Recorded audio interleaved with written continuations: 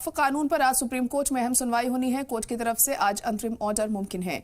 5 अहम अर्जियों पर supreme court में सुनवाई होगी। सीजेआई जस्टिस गवई की पीठ करेगी ये सुनवाई। 25 अप्रैल को सरकार ने दिया हलफनामा। कानूनी तौर पर संवैधानिक है, ये सरकार की तरफ से कहा गया है। झूठे हलफनामे पर कार्रवाई हो, ये all India Muslim personal law board की तरफ से कहा गया। अप्रैल में लागू हुआ था नया वक्फ कानून और अब इसको लेकर आज अहम सुनवाई होनी है, क्योंकि इसकी मुखालफत भी लगातार शुरू हो चुकी थी जैसे ही इसे लागू किया गया। हालांकि पहले से इसकी मुखालफत हो रही थी, लेकिन अब ये मामला सुप्रीम कोर्ट में है और सुप्रीम कोर्ट में आज इसमें सुनवाई होगी। कोर्ट की तरफ से आज अंतरिम ऑर्डर जारी किए जा सकते हैं। 5 अहम अर्जियों पर आज सुप्रीम कोर्ट में सुनवाई है। सीजेआई जस्टिस गवई की पीठ इस मामले में सुनवाई करेगी। 25 अप्रैल को सरकार ने हलफनामा दिया था और ये कहा गया था सरकार की तरफ से कि यह कानून पूरी तरह से संवैधानिक है।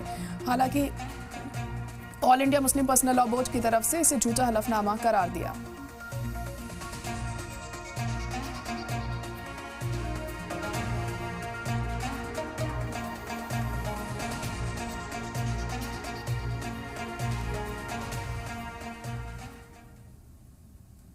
वहीं यूपी के संभल से इस वक्त की बड़ी खबर आपको बता दें कि संभल में पुलिस का फ्लैग मार्च देखने को मिलेगा। संभल के सभी इलाकों में फ्लैग मार्च किया गया। पुलिस इंतजामिया के आला अफसर मार्च में मौजूद रहे। तो बड़ी खबर इस वक्त आपको बता रहे हैं कि यूपी के संभल में फ्लैग मार्च किया गया है। संभल में पुलिस का ये फ्लैग मार्च देखने को मिला। संभल के सभी इलाकों में फ्लैग मार्च किया गया।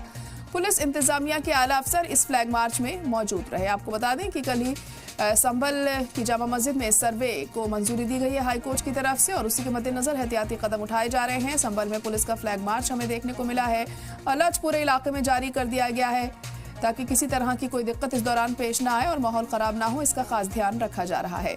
तो बड़ी खबर इस वक्त संभल से आपको बता रहे हैं, जहां पर पुलिस का फ्लैग मार्च देखने को मिला है। संभल के सभी इलाकों में फ्लैग मार्च किया गया। पुलिस इंतजामिया के आला अफसर इस दौरान मौजूद रहे और मार्च में वो शामिल रहे। एहतियात के तौर पर हिफाजती इंतजामों के मद्देनजर ये फ्लैग मार्च यहां पर किया गया है।